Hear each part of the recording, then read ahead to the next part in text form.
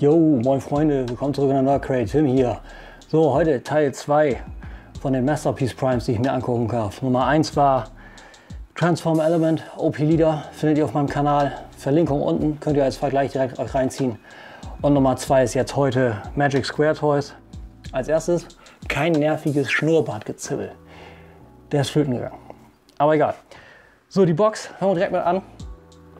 Haben wir hier eine schöne Masterpiece G1 Box Art.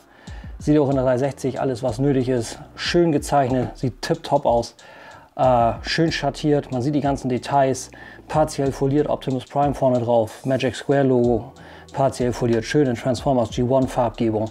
Und auch das Logo MS-01 Light of Freedom in partiell lackiert. Einmal links gedreht, Warnungshinweise, Magic Square etc. pp. In sauer mittelgrau auf schwarz. Alles matt, sieht gut aus. Wieder nach links gedreht, Rückseite mit den ein paar quasi Action-Shots. Und aber keine Accessoires, fand ich ein bisschen blank, habe ich auch in dem Fotoreview gesagt, was ich euch auch unten verlinke. Habt ihr als Vergleich auch noch mal drin. Nochmal weiter nach links gedreht, haben wir wieder schwarzes Matt mit mittelgrau. Die Matrix, den Blaster und seine Axt drauf dargestellt. Unten Magic Square Logo ganz simpel, oben Magic Square Logo ganz simpel. Nichts Dolles. Damit ihr das seht. Ist aber eine schicke Box, muss man schlichtweg dazu sagen. Geht nicht anders zu sagen. Katzenhaare, sie sind wieder da. Und das, obwohl die Katze weniger und wieder hier reinkommt. Egal. So, zum Prime selber kann man nur sagen, vor allem wenn man den das erste Mal in die Hand nimmt, ist der verdammt leicht. Vor allem speziell im Vergleich zum Transform Element Prime. Das tut der ganzen Sache aber keinen Abbruch. Der ist nämlich tipptopp verarbeitet. Also das Plastik obendrauf komplett ist echt schön, ist matt. Ist dieses typische Magic Square Plastik, habe ich mir sagen lassen. Fühlt sich aber schön an. Ich mag dieses Gefühl, so ein bisschen samtig. Und komplett so ein bisschen metallic, perlig irgendwie unten drunter. Funktioniert spitze. Und das, was an Farbe drauf gemacht ist, die Pfeile mit den Streifen auf den Armen, sieht gut aus. Viel mehr ist das aber, obwohl doch, das Silber an den Armen auf der Rückseite ist nochmal angemalt und der graue Streifen ist auch nochmal angemalt. Ich bin mir nicht ganz sicher, was den grauen Streifen an der Brust angeht, aber auf jeden Fall hat der Kerl nicht viel Farbe. Macht der ganzen Sache, wie gesagt, aber keinen Abbruch. Sieht wirklich, wirklich schön aus. Und durch die Bank weg, was mit Accessories und Artikulation und so weiter ist, gucken wir uns wie immer jetzt Top-Down an. So, da sind wir zurück. Da haben wir den guten Mann. Mal ganz rausgezoomt für euch. Tipptopp. Sieht spitze aus. Ich finde ihn wirklich gut. Ich bin ja, wie gesagt, ein größerer Fan von dem Transform Element Optimus Prime.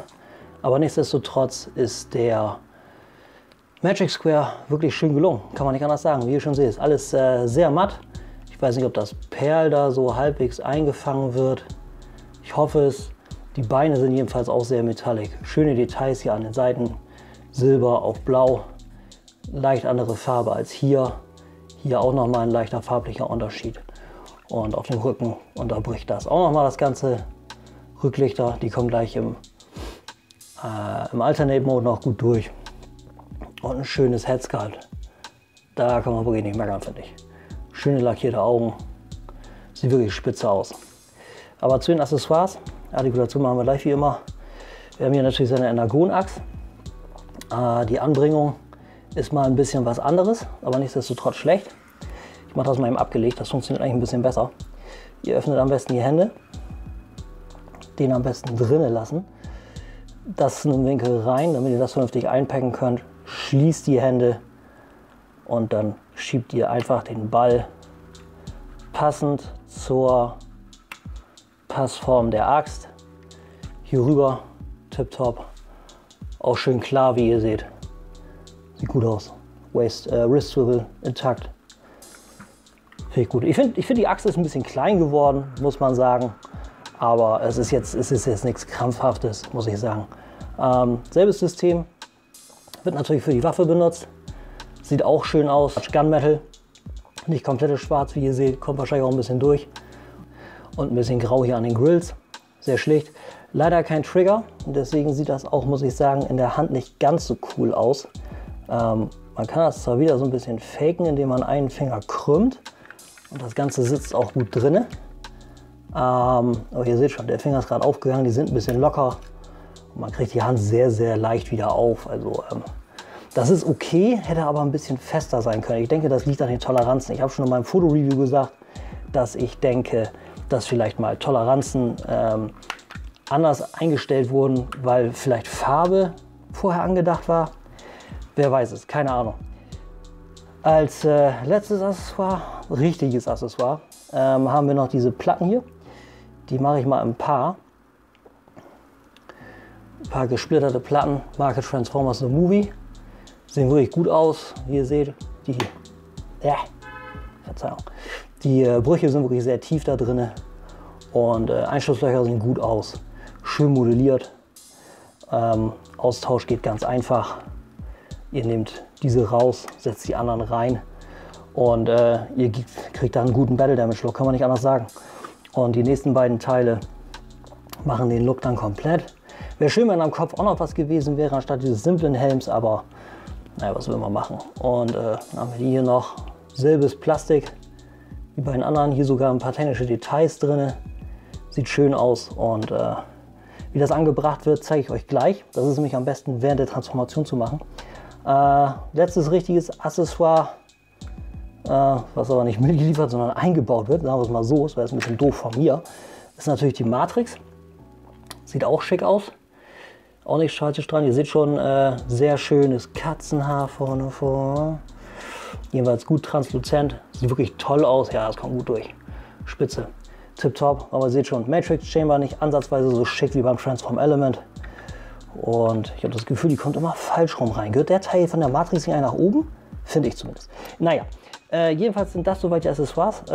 Die Anleitung bin ich kein Riesenfan von. Das ist einfach nur so ein riesen Poster-Ding wieder. Stehe ich so gar nicht drauf, muss ich sagen. Gibt einem alles, was man braucht, aber ich finde, das geht irgendwie schicker. Naja, und noch eine schöne Karte. Auch sehr gut. Schön Checkkartenformat. Stabiles Plastik. Boxart auf der Front. Auf der Rückseite der Alternate Mode. Ein bisschen Cell Shading drumherum quasi. Und die Textbacks. Tipptopp, würde ich sagen. Weiter geht's mit der Artikulation. Der Kopfschaft. Sehr gutes Hoch und Runter, finde ich. So sieht er natürlich besser aus als so, muss ich sagen. Schafft auch gute 360. Antennen sind auch beweglich. Natürlich transformationsbedingt. Die ist ein bisschen lockerer, ich weiß nicht warum. Aber okay.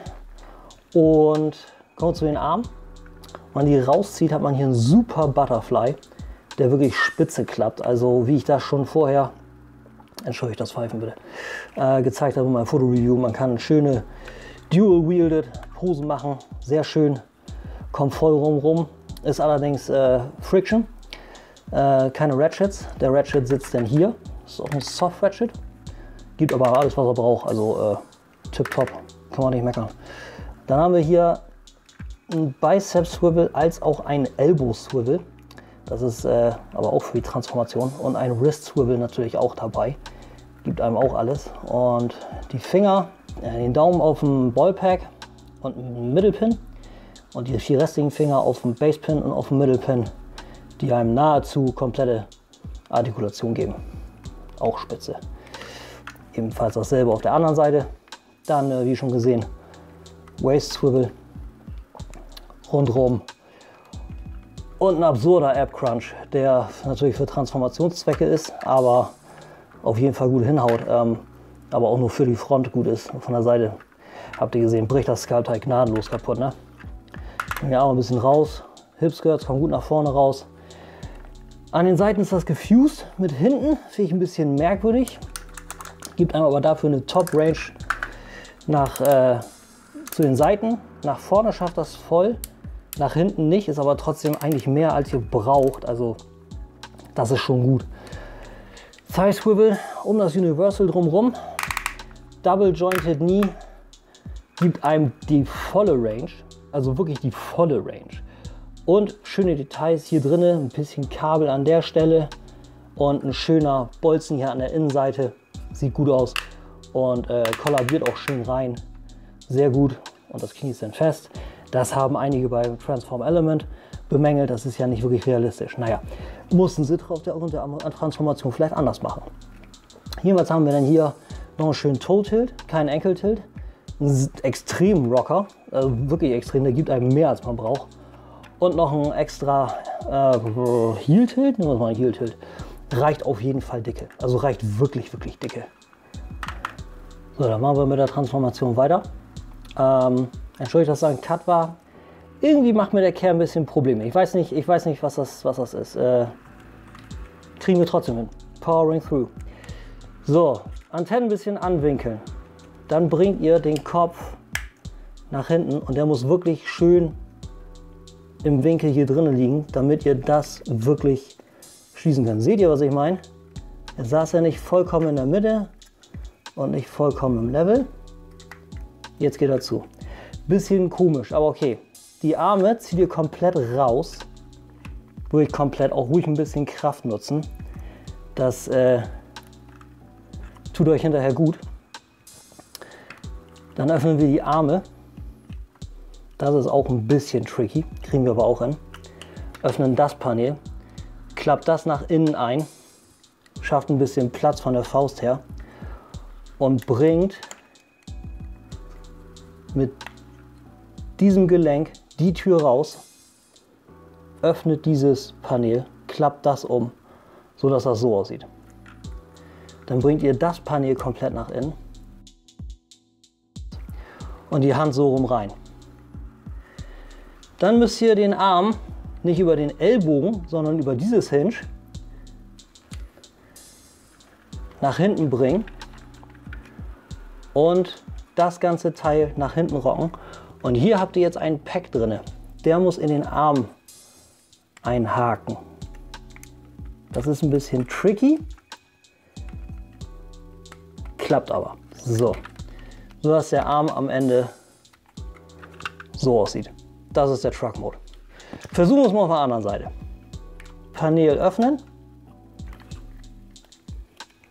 Gehen wir ganz runter. So, Panel öffnen, einklappen, Faust in diesen Winkel bringen.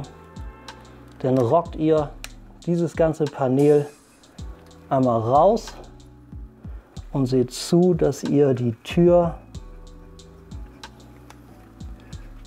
über diesen kleinen Arm rausbringt. Dann bringt ihr das Panel ein und die ganze Faust rein. Bringt den Arm über dieses Panel, über dieses Gelenk nach hinten. Pass auf, dass ihr das vorher dreht, nicht so wie ich gerade. Und dann richtet ihr das aus, bringt noch das Panel raus, richtet das zusammen aus, dass das ungefähr eine Form ergibt, das wird später wichtig. Dann rockt ihr das Panel wieder nach hinten und packt das hier hinten in den Arm ein. Zack. Das ist das. Das ist eigentlich so ziemlich schon das Schlimmste, glaube ich. Dann öffnen wir die Matrixkammer, ziehen dieses ganze Programm raus, extendet am besten auch schon mal diesen Hüftbereich. Dann bringt ihr in MP10-Manier, bisschen Clearance schaffen, den ganzen Teil runter, dreht das nach vorne, genauso hier, dreht diesen Teil nach unten und den Stoßstangenteil einmal 180 Grad. Dann bringt ihr das nach vorne, richtet das aus, genauso wie das hier. Ihr seht, wir machen schon quasi die komplette Front fertig. Richtet das aus vor den Grill. Muss erst ein bisschen von der Passform her aufpassen und vom Winkel, so dass das in die Seiten von der Stoßstange reinkommt und im Winkel ist und ihr dann die Stoßstange und den Grill hier vorne rein kollabieren könnt. Dann schließt ihr die Matrixkappen, Klappen, nicht Kappen, so, das war noch nicht ganz drinne. Machen gerade ein bisschen Probleme. So. Sehen, dass alles wirklich passt. und dann geht das auch zu. So, haben wir das. Und jetzt bringen wir die Arme hier rein, winkeln die nach vorne an, schieben diese rein über diesen Slider und passen dann die Tür noch vernünftig an, sodass das einen ziemlich lückenlosen Trager gibt. Dasselbe auf der anderen Seite, nach hinten, Arm nach vorne eindrehen, Tür ausrichten. Ja, das kann bei grobem Druck mal passieren. Da kommen die Scheiben mal raus. Die bringt ihr schnell wieder ein. Dasselbe auf der anderen Seite. Schließt das wieder. Dann bringt ihr den Arm rein. Kollabiert das ganze Programm nach vorne, so dass das passt. Und die Tür schließt sich sozusagen von selber. So. Klack, jetzt ist das Fenster wieder raus. Das ist etwas nervig, lässt sich aber letzten Endes auch wieder recht schnell lösen. Wieder reindrücken, Tür wieder rein. Und habt ihr die Front. Dann dreht ihr den nach hinten, bringt dieses Panel, den Spatscher, ungefähr in den Winkel runter. Klappt das nach unten, so dass dieses Panel mit diesen Ecken hier in diese Kante reinkommt.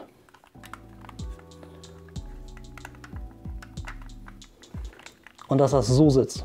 Das ist schon mal die Truckform. Relativ wichtig. Dann drehen wir das nach hinten, öffnen diese Paneele, links wie rechts, und zieht dieses raus, so dass das ganze Teil quasi wie so ein Akkordeon rauskommt. Dasselbe auf der anderen Seite, rausziehen und einfach rausklappen. An dem Punkt, ziehen die noch mal ein bisschen rein, kommt der ganze Beinteil eigentlich auseinander und ihr zieht diesen ganzen Teil raus bis hierhin, dass hier so Clearance herrscht für den Tank und die Stufen. Können wir das schon mal hier bringen. Dasselbe auf der anderen Seite. Schon mal anfangen, das zu Combiner warsen, um das mal so zu nennen. Bringt das nach vorne, um die Clearance zu haben. Bringt den Tank und die Stufen nach vorne. Dann Combiner warst ihr das Bein nach vorne auf beiden Seiten. Und jetzt brauchen wir das Ganze quasi wieder zusammen. Wir müssen das, ich habe noch was vergessen, diese Klappen kommen nach vorne. So, dann das Ganze Combiner warsen. So, das ist das. Dann haben wir den Zustand. Dann bringt ihr die Räder hier rein. Auf der Seite dasselbe. Kollabiert das nach unten und dasselbe nochmal in sich selber nach unten, so dass das hier einslidet. Selbe nochmal. Doppelt kollabieren, einsliden, kleine Panel runter. Das Panel runter, das Panel runter und dann könnt ihr das zusammenfalten. Dann bringt ihr noch diese Paneele nach vorne, richtet den Truck noch mal ein bisschen aus. Dann wird das hier eingepackt und hier eingepackt. Und dann müsst ihr eigentlich nur noch die Räder kollabieren. Diese Packs verschwinden leicht da hinten, deswegen das Ganze ein bisschen im Winkel. So, dasselbe auf der anderen Seite. Habt ihr gesehen, ne? Machen wir nochmal. Geht besser, wenn man es doppelt macht.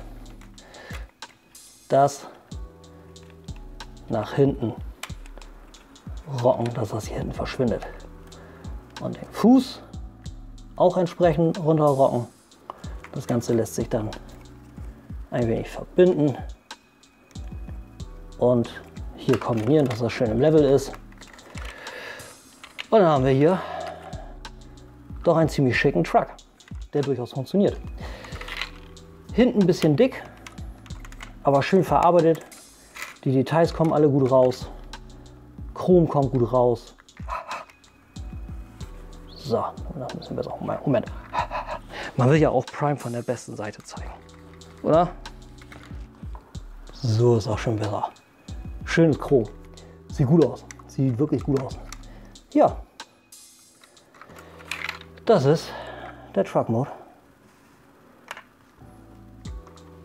von Magic Square Light of Freedom. Jo, da sind wir zurück. Mal kurz ein bisschen frei machen hier. So. Ich habe das Ding mal nach hinten gedreht. Ist ja halt doch schön, den Menschen zu sehen, ne? In dem Sinne. Schöner Truck Mode, wie gesagt. Ich finde ihn gut. Details kommen gut durch. Das Feature, dass man die Türen aufmachen kann, ist natürlich sehr geil. Und es kommen viele schöne Details durch. Die Treppen an den Seiten. Paar orangene Einlässe an den Seiten. Die sehe ich ja jetzt auch. Ich hoffe, die fängt die 360 einigermaßen ein. Sonst muss ich gleich noch mal einmal rangehen. Cooles, schönes Detail, muss ich sagen. Griffe an der Front, Lampen, Chrom, das unterschiedliche Blau, die Rückleuchten. Kommt wirklich alles gut durch, muss man wirklich sagen. Also an sich von der Sache her finde ich, ist das wirklich ein sehr, sehr schöner Truck. Muss man einfach so sagen. Problem, das ich halt damit habe, ist halt leider, dass der hinten so dermaßen dick ist. Das hat Transform Element schöner hingekriegt. Ich muss dann auch sagen, das heißt für mich auch im Endeffekt besser. Was Transform Element nicht gemacht hat, ist dem guten Kerl auch Rückleuchten zu geben. Das hat Magic Square gemacht. Die kriegen dafür die Krone. Nichtsdestotrotz, schöner Truck mit ein paar leichten Schwächen, die aber nicht wirklich zu einem riesen Punkteabzug zusammenkommen. Bloß, dass der halt keine Anhängerkupplung an. Aber das Ding ist, ich habe gehört, dass diese Slots für eine Anhängerkupplung sein sollen und Magic Square soll angeblich einen Trailer für den machen. Schauen wir mal. Klingt ja erstmal ganz cool. Für heute war es das erstmal mit dem Kerl. Habe ich auch noch was vergessen? Ich glaube nicht. Ich glaube, ich habe alles. In dem Sinne hoffe ich, oh ja, ihr könnt noch die Smokestacks ausziehen. Das sieht aber irgendwie ein bisschen lächerlich lang aus. Finde ich ein bisschen zu krass. Also ich stehe mehr auf den G1-Look, sprich ein bisschen kürzer. Naja. Wie gesagt, Fotoreview mit mehreren Bildern, also etlichen. Ich glaube irgendwie an die 30 findet ihr unten in der Beschreibung. Hat mir Spaß gemacht, das Ding zu shooten, vor allem mit den anderen zwei zusammen. Sehr cool. Und ich bin mal gespannt, was mit MP44 ist, ob der zeitlich rauskommt, ob ich den eventuell kriege. Wer weiß. Entschuldigt übrigens, dass die Lichter eben ausgingen. Zum Glück hat das mit dem Tageslicht ganz gut geklappt. Hier kommen bald neue Lampen rein. Das sind noch die Lichter, die ich für meine Fotos nutze. Sind bald weg. In dem Sinne, demnächst erstmal wieder das neue Mortal Kombat Video. Damit geht es weiter. Wir finalisieren den Boden. Dann kommt bald wieder ein 5-Minute First Looks. Mal gucken, welches Thema. Ich entscheide das mal spontan. Und sobald es geht, ich denke, kommt das Wochenende, dann der Dreikampf. Prime, Prime, Prime. In dem Sinne, ich wünsche euch erstmal eine schöne Woche. Bis zum nächsten Mal. Macht's gut und tschüss.